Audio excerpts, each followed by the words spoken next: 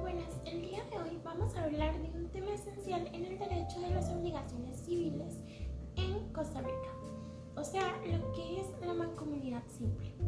Este concepto es fundamental para entender cómo se estructuran y se regulan las relaciones jurídicas en nuestro país, especialmente en contratos y acuerdos entre varias partes.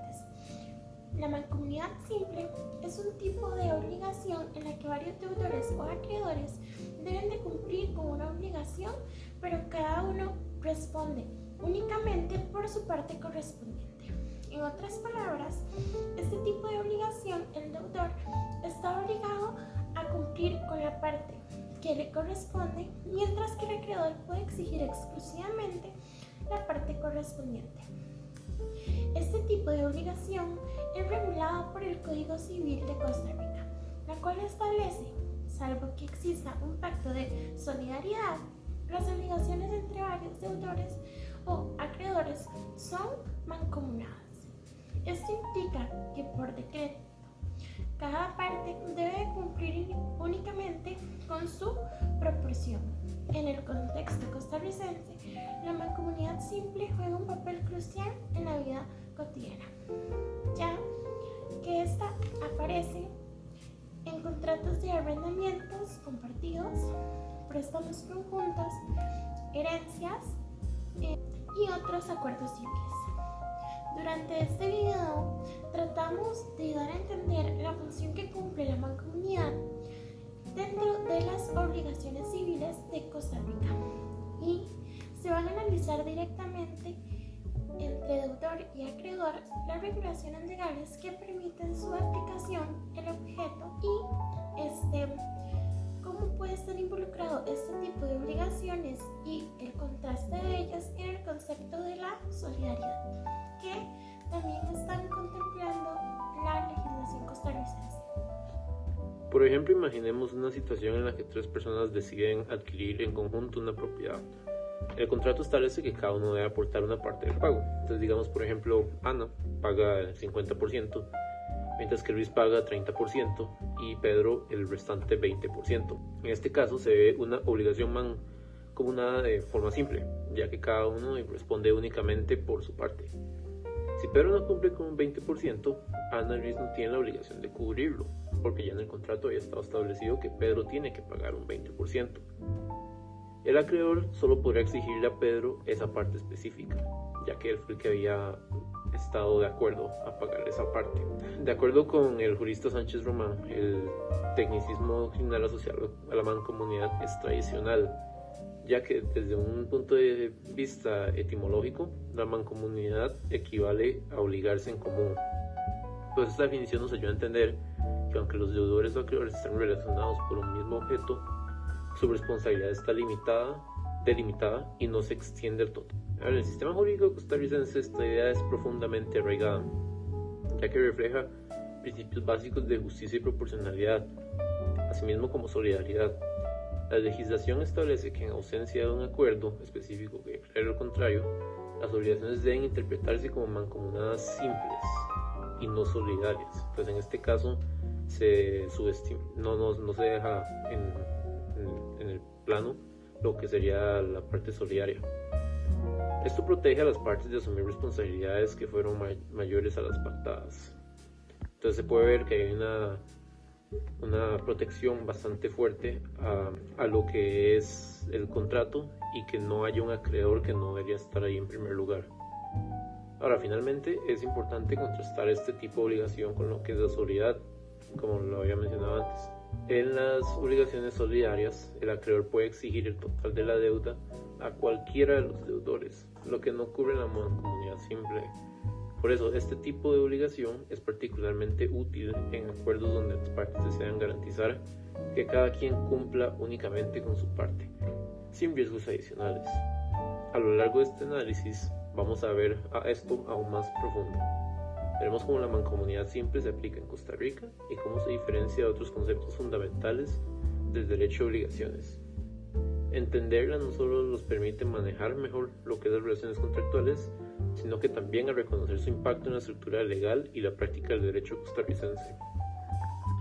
Siguiendo con lo anteriormente mencionado por los compañeros José Andrés y Ariana en la introducción, tenemos los tipos de compromisos en las mancomunidades simples. En las mancomunidades simples, los compromisos adquiridos por los asociados pueden clasificarse en 3 categorías principales, siendo compromisos económicos, compromisos administrativos y compromisos de cumplimiento de metas. Por la primera, que serían compromisos económicos, tenemos que los miembros se comprometen a aportar recursos financieros para poder cumplir con los fines de dicha mancomunidad.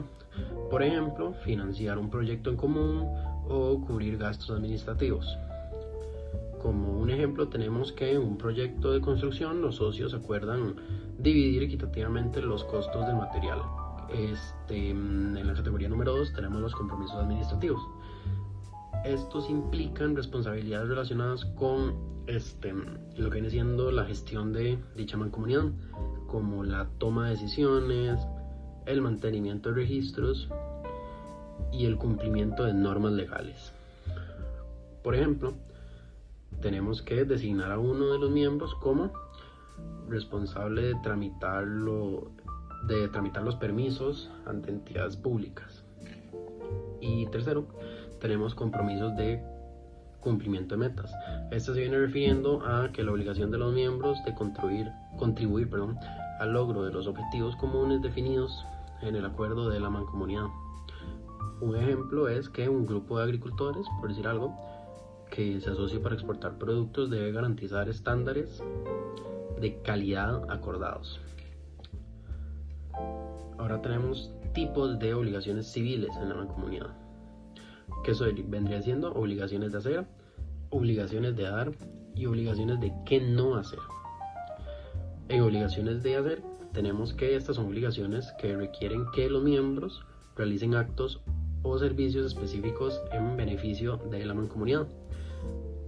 Como ejemplo, tenemos que la prestación de servicios públicos como la organización de una feria local o la construcción de un camino vecinal financiado conjuntamente. Las obligaciones de dar, estas vienen implicando el deber de aportar bienes materiales, dinero u otros recursos para los fines de la mancomunidad. Como ejemplo, en este tenemos que los miembros contribuyen con una cuota mensual para la compra de equipos necesarios para su actividad común. Y en obligaciones de no hacer, tenemos que estas consisten en abstenerse de realizar acciones que puedan perjudicar los objetivos de la mancomunidad o como tal la mancomunidad, ¿verdad? Y como ejemplo tenemos que evitar el uso indebido de recursos compartidos como maquinaria adquirida en conjunto, por ejemplo. Las mancomunidades simples se sabe que son acuerdos entre varias entidades o personas, pero ¿qué sucede cuando uno de los miembros no cumple con sus obligaciones? Primero, esto puede traer consecuencias legales. Si alguien incumple, podría enfrentarse a responsabilidad civil, es decir, la obligación de indemnizar a los demás miembros por los daños causados. Además, si así lo establece el contrato, es posible aplicar penalidades económicas o intereses moratorios. Si el incumplimiento persiste, los miembros pueden demandar jurídicamente para exigir el cumplimiento o compensación.